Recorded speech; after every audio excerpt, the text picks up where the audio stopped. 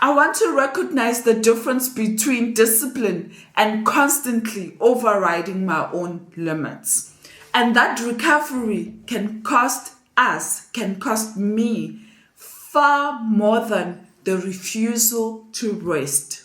Hi budgeting moms and dads, welcome to Budgeting with Thandie. This is not what I was planning to post today, but I wanted to share something that has really been on my mind lately. I know many budgeting moms and dads in this community are incredibly goal-driven. We are always working towards something, paying off debt, building up savings, buying a home, creating better opportunities for our kids, or simply trying to give our families a better life.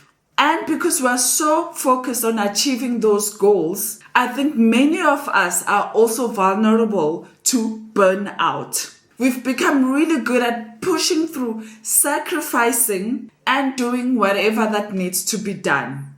But sometimes we don't stop to consider what the constant pushing through is costing us, financially, physically, and emotionally. So today I'm slowing down and doing a bit of self-care while we have an honest conversation about the real cost of burnout and why protecting our health and emotional well-being should also form part of our financial plan. The last few weeks have been incredibly demanding, and I started to notice just how much it affects every part of my life.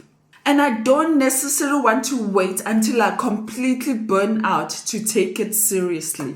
I want to recognize the warning signs now and decide what do I do differently. Because I still have responsibilities, I still have goals, and I still want to show up in a way that it matters. But the key is I still want to be well enough to enjoy the life that I'm working so hard to create. So let's talk about the cost of burnout. The first cost of burnout is financial, and it goes far beyond medical bills. When you are exhausted, convenience becomes attractive. You might order more takeaways because you don't have the energy to cook.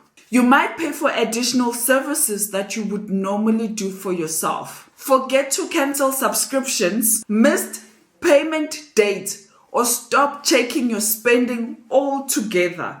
Or the most famous one, sometimes we then start to spend emotionally. We tell ourselves, I deserve this because I've had such a difficult week. How many of us have done that, have been doing that, and are doing that?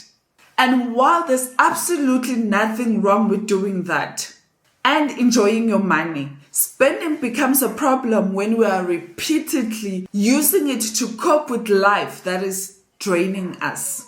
And there's also a potential cost to not being able to work at your normal capacity. For many of us, our income is the engine behind our entire financial plan. So protecting our ability to earn is just as important as budgeting. Or even more important, I would say.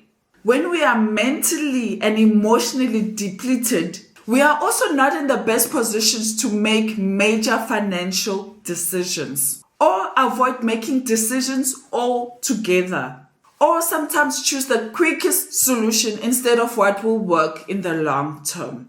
And then moving on to the physical and emotional cost. Our bodies usually communicate to us long before we are even ready to listen. Headaches, body pain, digestive issues, or just frequently feeling unwell. I think high-performing people have become so accustomed to just pushing through. If you are a firstborn here, just put up your hand.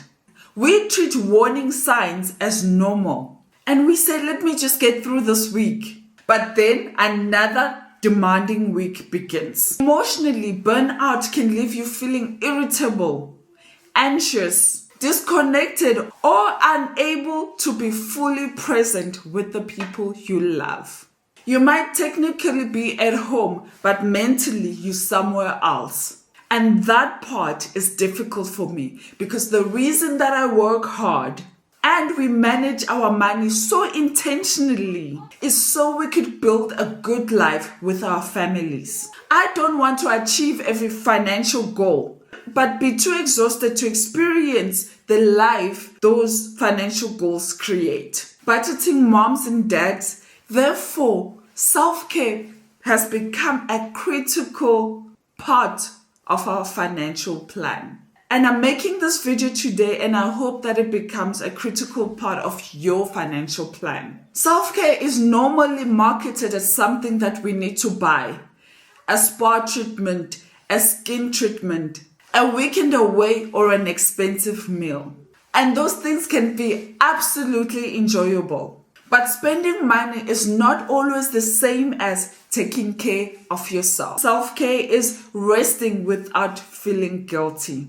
Sometimes it's going to the doctor and taking your supplements, asking for help, going to bed earlier, or admitting that something cannot be done today. Or it can also mean spending intentionally on something that supports your well-being. The most important question is to ask yourself, am I doing something that will restore me? Or just simply buying a temporary relief? I've had a few questions on my budgeting video on whether the medical line relates to medical aid.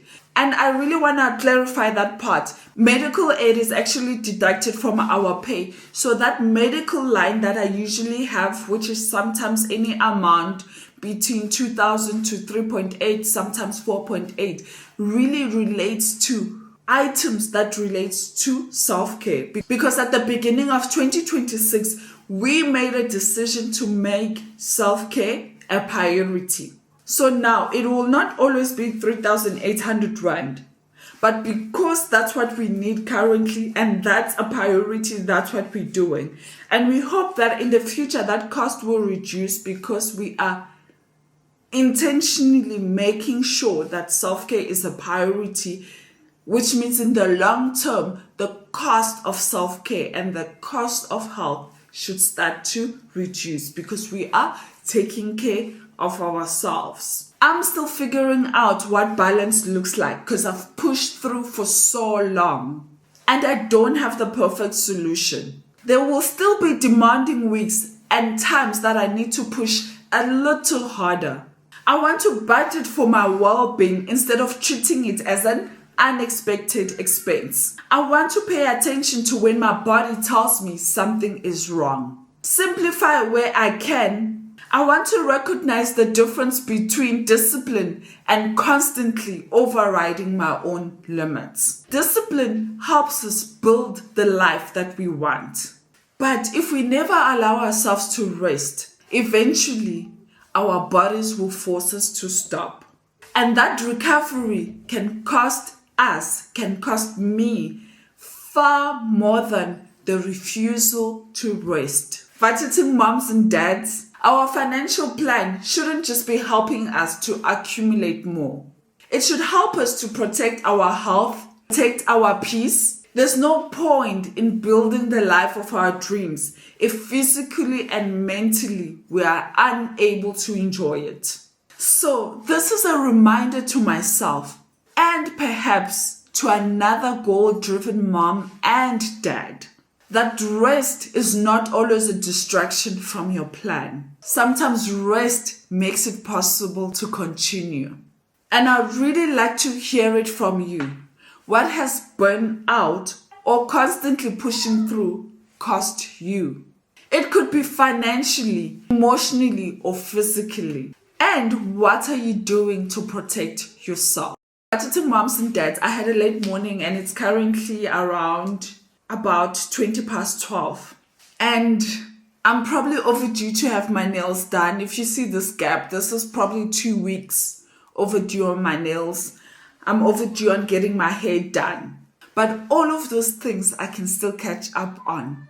But what I cannot catch up on is spending time with my family, is my health and my well-being. Whilst today, I probably still need to get my nails done. I still need to get my hair done. The most important takeaway is to take the time to spend with our families, with our kids, the much needed and missed time, and to make sure that our health and our well-being is intact for us to continue. This is not the video I was planning on making, but I hope that for somebody that needed it, it hits home. Thank you so much for watching Budgeting Moms and Dads. See you on the next video. Bye.